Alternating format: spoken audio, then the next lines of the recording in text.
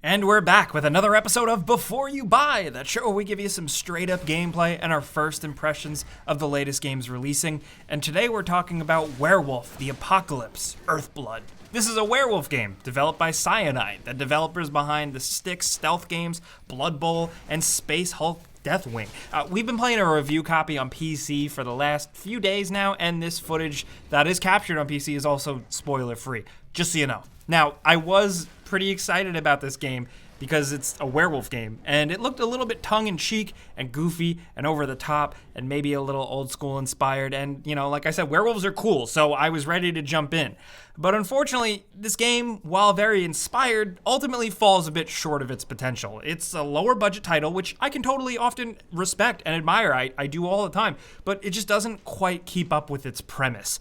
Maybe some guilty pleasure, mindless fun for some people, and then grating boredom for other people. You're gonna fall in one camp or the other depending on how much you're down with putting up with games like this. The most notable thing about this game is that it's based on the tabletop game mythology of Werewolf the Apocalypse, which is part of the whole big World of Darkness series, which of course started with Vampire the Masquerade in the 90s. So it has a rich pool of mythology and details to pull from, and it does quite a bit, from how the werewolves actually work to the connected spirituality of the world and nature and the forms and the whole series. It can get pretty interesting, especially if you're into this stuff. Now, I can't speak to how well it does the tabletop mythology because I only really have experience with Vampire the Masquerade Bloodlines, but as someone who's kind of an outsider, it seems cool, and I'm a little curious at diving in deeper. So in terms of that, I'll give the game a mission accomplished. But in it, you play as Cahal. He's a Garu werewolf, part of a tribe of werewolves in the Pacific Northwest who are taking part in a grand-scale battle to take down an evil corporation, and they're focusing on Endron, which is lying to the public and polluting the very earth that these reclusive werewolves are so connected to. There's a bit more to it. I'm kind of glossing over it because, again, there is a lot of lore it's pulling from. It does get kind of complicated and talky, but this company is also just all-around dastardly evil corporation, so that's easy to understand. And when stuff goes south, Cahal kills one of his own in a frenzied rage and then goes into exile for 5 years, only to come back and help his tribe out while they're in dire straits, and that's where the main game goes down. Now, there are some leaders, some side characters, and Cahal's own daughter, but none really stand out other than Cahal himself. Also, if we're talking about it, I do just want to point out that character design-wise, Cahal, the main character, he looks kind of like Matthew McConaughey from Reign of Fire, which I really appreciate. Does anybody remember that movie? Is that just me? Right. Anyway, even him, I kind of struggled to care about because they don't give you much, but he's got a little bit of gruff Sam Fisher charm to him.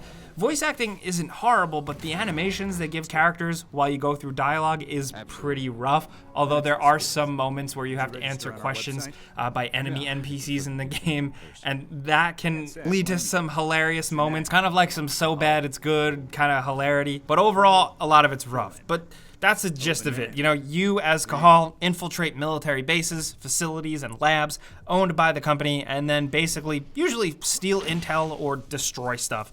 And that's where all the gameplay lies. You sneak around as him in human form. You can use computers to open doors and turn off security cameras. You can collect items. You can sabotage reinforcements. You can also use a small little handheld crossbow to silently take out dudes in a really poorly feeling aiming mode that just totally exposes your character in a clunky manner. The AI here feels really dull. There's not much they can do, and it all feels really limited, especially because you, as the player, doesn't really have much you can do. There's only so many things you can do. You can't really distract. You can't really use too many gadgets.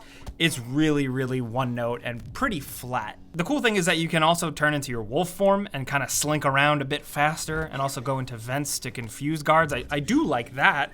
Now, you can perfect stealth a lot of areas, which is nice, but a lot of the time it does boil down to you thinning the herd as much as possible, sabotaging the reinforcements, and then eventually shit always goes south and you go into combat mode, aka turn into a giant beast. This, the main combat, is a lot of mindless fun. There's no block button, it's only dodge, and then light and heavy attack. attacks. You can switch between a heavier hitting, slower stance and a faster stance. You can hold a trigger and do certain abilities you unlock, like an area effect roar, a lunging leap, which is very satisfying, stuff like that. You can also pick up small enemies and throw them. You can bash and slash, all while there's some pretty good effects.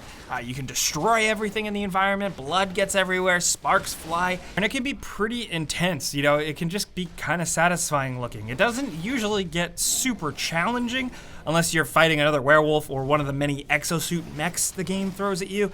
There's also a rage meter too, I forgot, that you can actually pre-game fill by drinking from flasks, and then mid-combat, if you get it high enough, you max it out, you can then press a button and unleash crazier, faster, and more powerful attacks for a limited time. It just kind of makes everything more messy, but kind of in a good, dumb video game chaos way.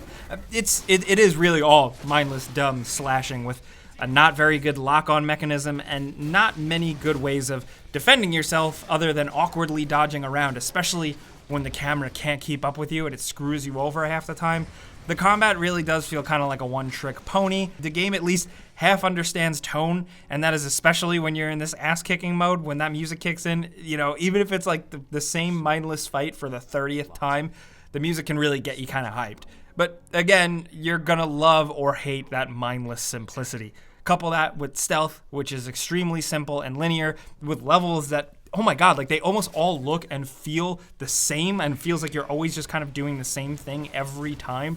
It can get pretty boring pretty fast. I will give them credit for continuously introducing some cool new enemy types, but overall, it just wasn't enough for me. There is a kind of hub home base where you can talk to characters, again, which I didn't care too much about, but you can find some reading material and some notes that flesh out the lore, engage in some little side objectives, talk to the kind of spirit nature god thing, and respec stuff. Oh yeah, this doing all this stuff does net you experience points. Combat and the mission stuff does too.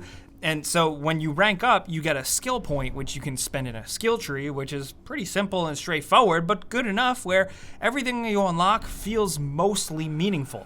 You can unlock the ability to carry more bolts in your crossbow thing, a health boost, new abilities in combat mode, generally stuff like that. And in terms of progression, it is very simple, but it is utilitarian, it works, and it's like bare level satisfying. But when you boil it all down, basically, I think I want more werewolf combat, stronger werewolf combat, and less of everything else. You know, that power fantasy, the destruction, the effects, the blood, it's all pretty good, even if the combat is simple and really doesn't ask for too much strategy most of the time. It's really the rest of the stuff I wish was a bit higher caliber. It almost feels like a throwback to mid-2000s games. You know, as a kid or a teenager, I would have loved this game, but it's a bit too simple and dull in a way that doesn't really quite endear that level of nostalgia enough. You know, at least not for me. Do you understand what I'm getting at? That'll vary from player to player. Some people might really like going into this getting that old school feeling. Different people want different things from video games. I just wasn't really a fan of playing through this. You know, I didn't outright hate it,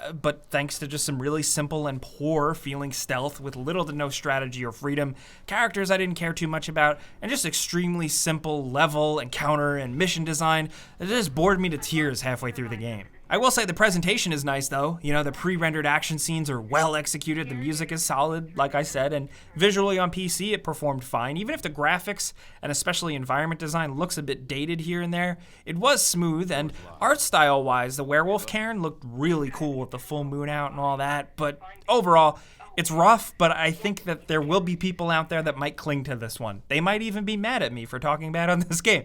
You know, it's not a full-priced game, and some people may truly love the lore and the characters more than me. I appreciate the overall world, but the story here not as much. And the gameplay felt a little old, a bit cheap, simple and boring, and not in a charming way where I could forgive more of it. I wish I could, but hey, maybe you're deep into Werewolf the Apocalypse lore.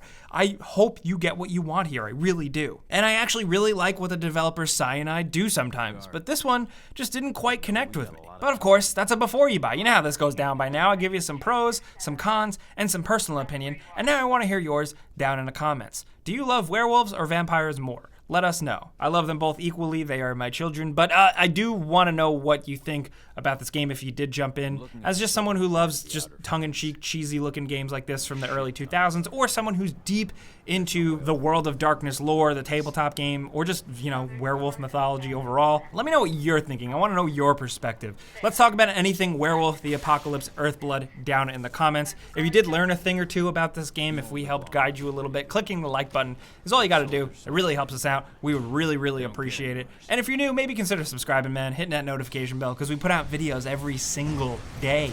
But as always, thanks for watching, and we'll see you guys next time.